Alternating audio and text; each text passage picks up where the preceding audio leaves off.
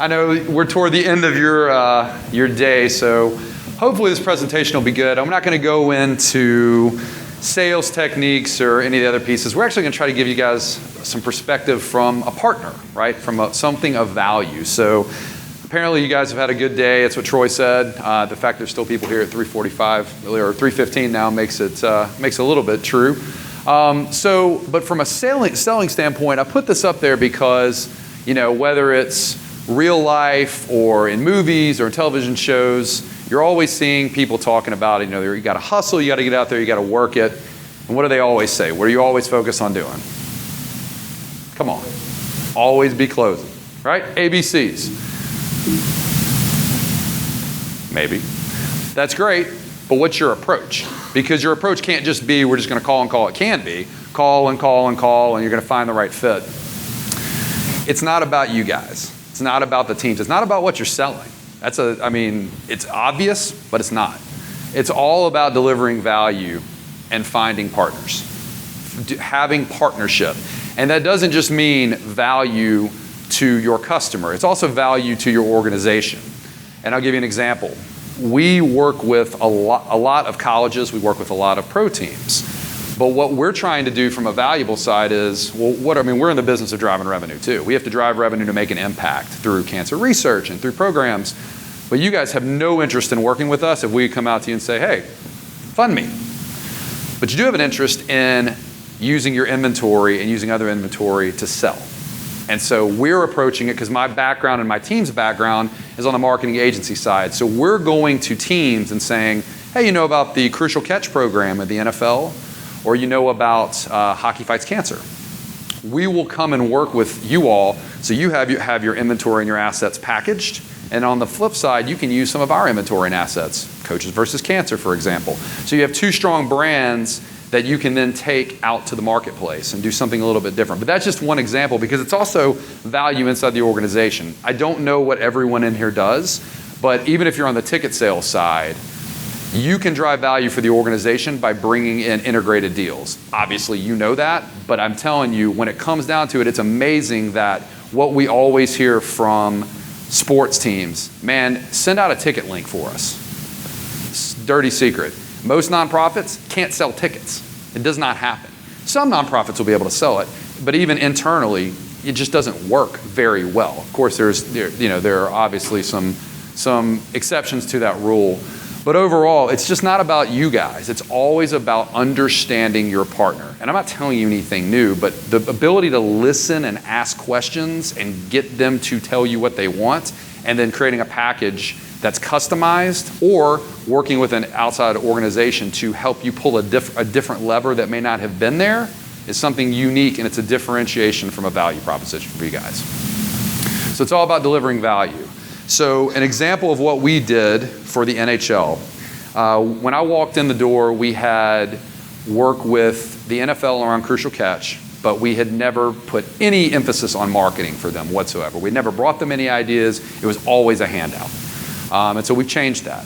Coaches versus Cancer was more of the same. It was really more about local field engagement and less about building the brand. And so that's what we've really done is we've built the brand. And now the coaches feel a sense of value that we're delivering something back to them.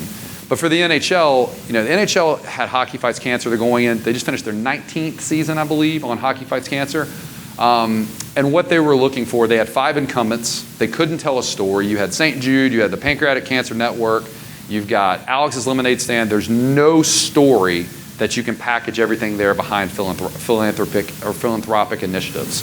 And what they really wanted was they wanted to be able to tell a story, and they wanted to have North American reach, because everyone at the NHL, particularly the folks that live in Canada, think that NHL is all about the US, that all they're focused on is driving things around the US, and it starts and stops there. So what we did, funny enough, is we said, okay, let us bring the Canadian Cancer Society to the table for you guys. And so we went to Canada and said, CEO of Canadian Cancer Society, walk in with us hand in hand. Rather than us taking all of the revenue, we're now splitting it, which you never would have heard from a nonprofit ever before. So they agreed to do that. And then the story that we told, because we were just asking those prodding questions and listening to the NHL, ultimately comes down in and around patient services. So it's the ability to get cancer patients to treatment through free rides or free lodging or what have you. But take that idea and extrapolate that to your business and to what you sit and do on a daily basis. And whether that's ticketing or whether that's sponsorships, you can always look to drive the value where we're working with a league entity. We're doing the same thing for corporations.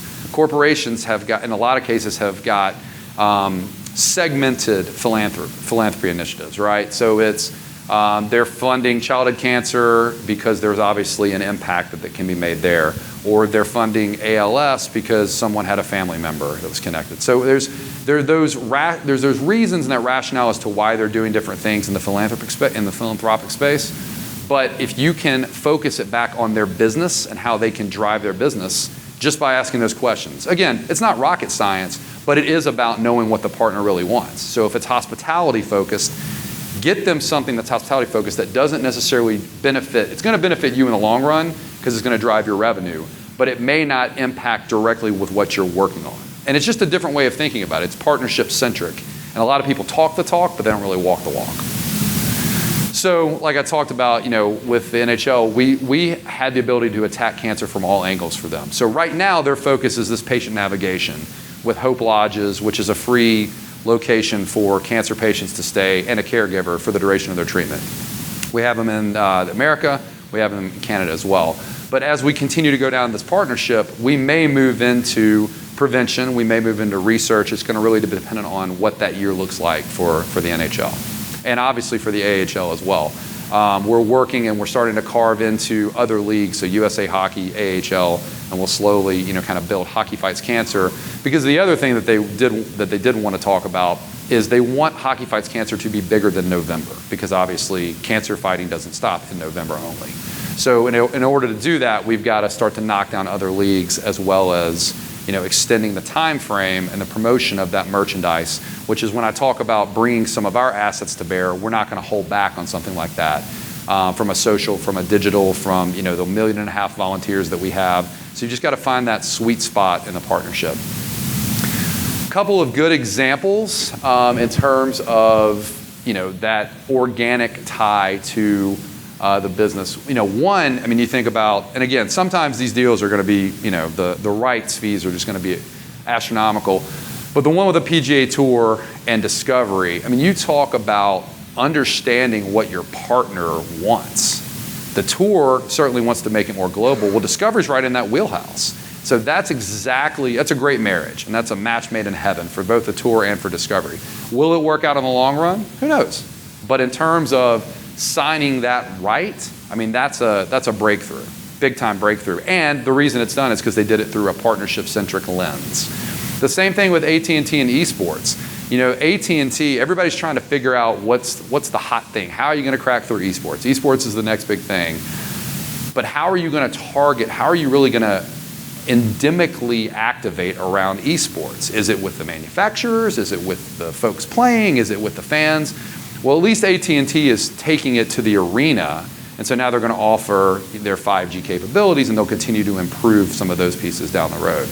But if you think about, that match with the esports and the mobile gaming side, it's all because that's what's important to AT&T, and you're going to get better connectivity to your fans.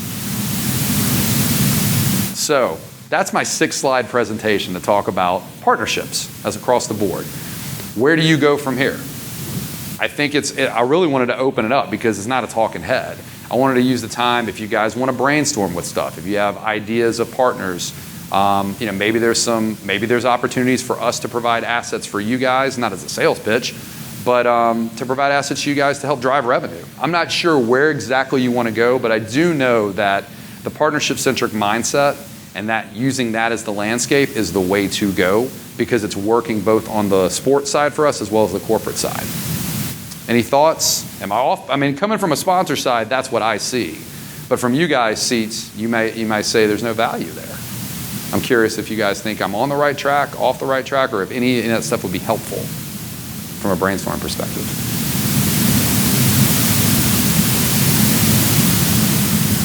No questions? No thoughts?